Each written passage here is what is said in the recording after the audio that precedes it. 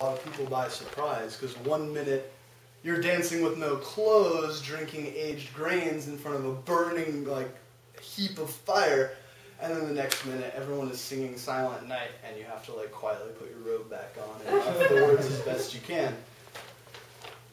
So it's a crazy situation, and insanity moves in mysterious ways. So with that in mind, on Halloween last year, my friend Doc and I drove down to San Diego to our friend Chef's house.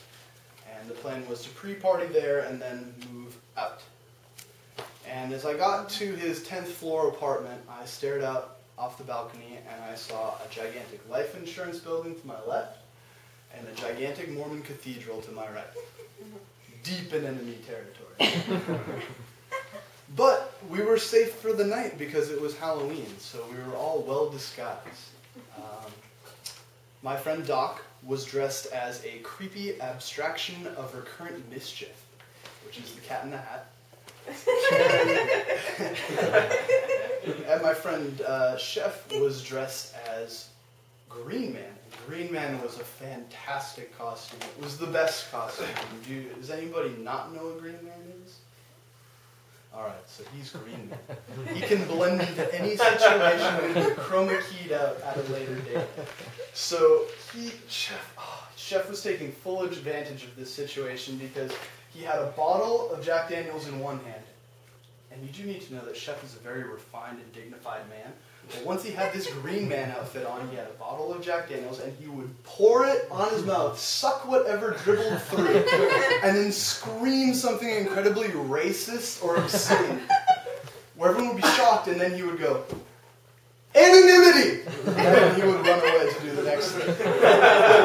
Oh, I was so embarrassed, because I was dressed as I was dressed as the narrator from Fight Club, which is Edward Norton. Not much of a stretch, really, but I was starting to feel kind of insecure about my outfit. I felt like I needed to spruce it up because Chef was just blowing us away with his anonymity. So I went into the kitchen and I took a steak knife out of the sink, and the dirty sink, and I started trying to slash my fingers so I could get blood and smear it on my shirt.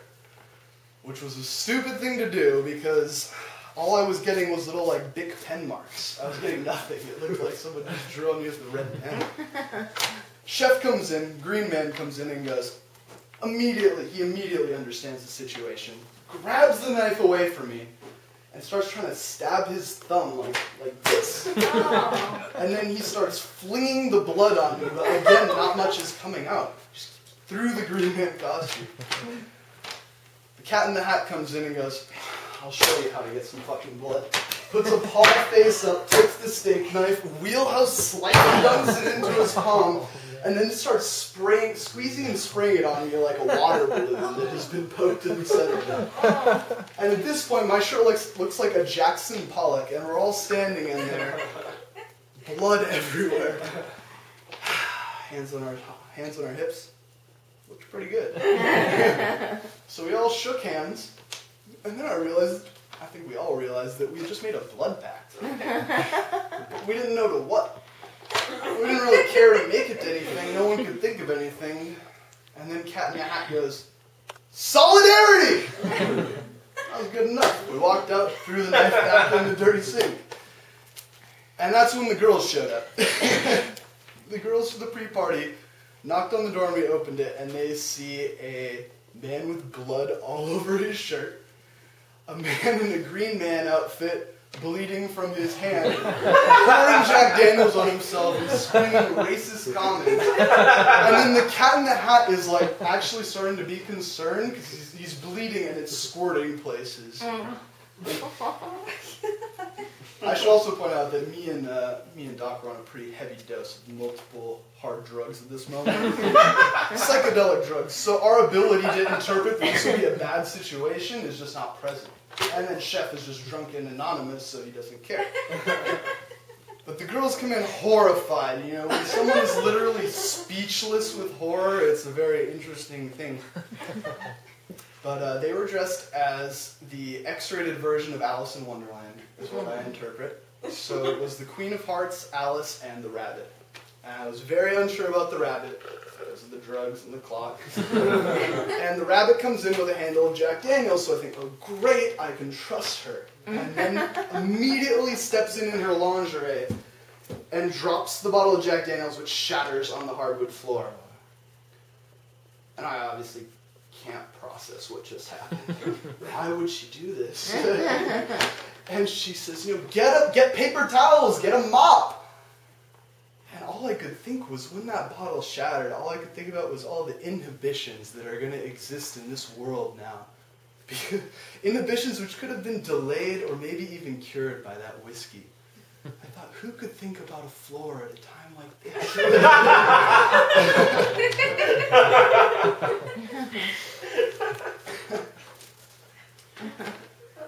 So at this point, the Cat in the Hat's wound is starting to get somewhat serious. Chef runs to the other room to find something, and he brings back a gigantic Dracula cape. And so the Cat in the Hat puts the cape on, still bleeding from the hand, and the girl says, why wouldn't you just wrap the wound in that? So I had to explain, and I said, I have to read my quote here. I said, we must work with our mess, rabbit, not clean it up. We refuse to lie to ourselves. These things are part of the grand design. Awkward silence, much like this one. And then Green Man just goes, anonymity! And they all come in and everyone's happy all of a sudden. But an interesting thing about the Dracula cape is now Cat in the Hat is covered in blood and bleeding from one hand, and he has a Dracula cape on, and he's no longer the Cat in the Hat. He's some strange, bloodthirsty, recurrent childhood memory, totally perverted.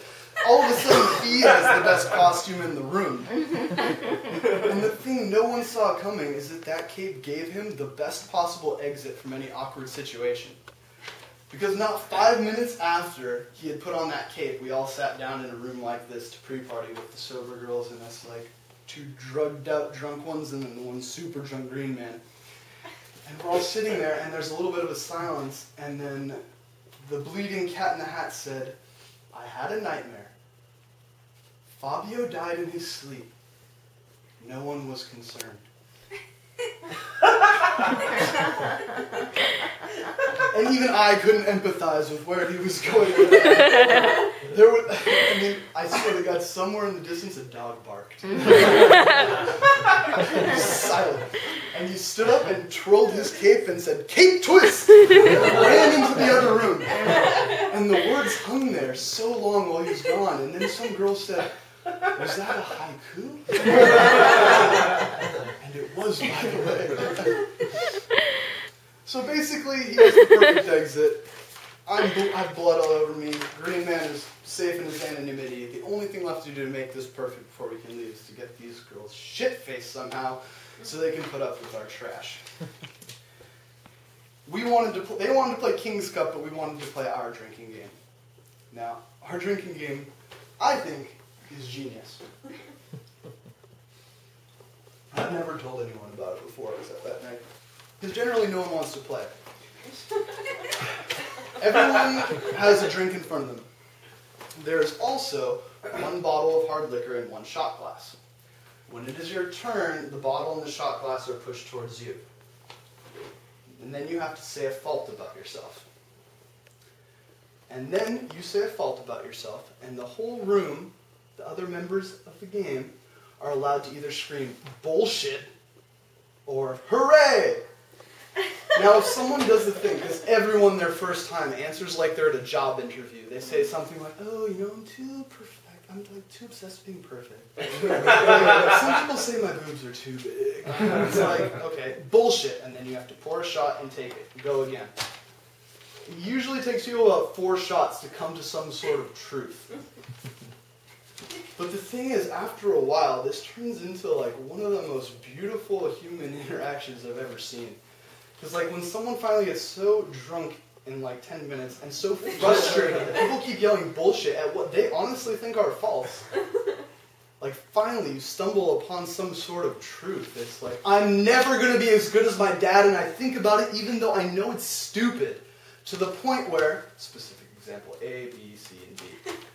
And then everyone sits there for a second, and everyone goes, hooray! And people yell hooray, drink, and they say, yeah, you know, I do the same thing all the time.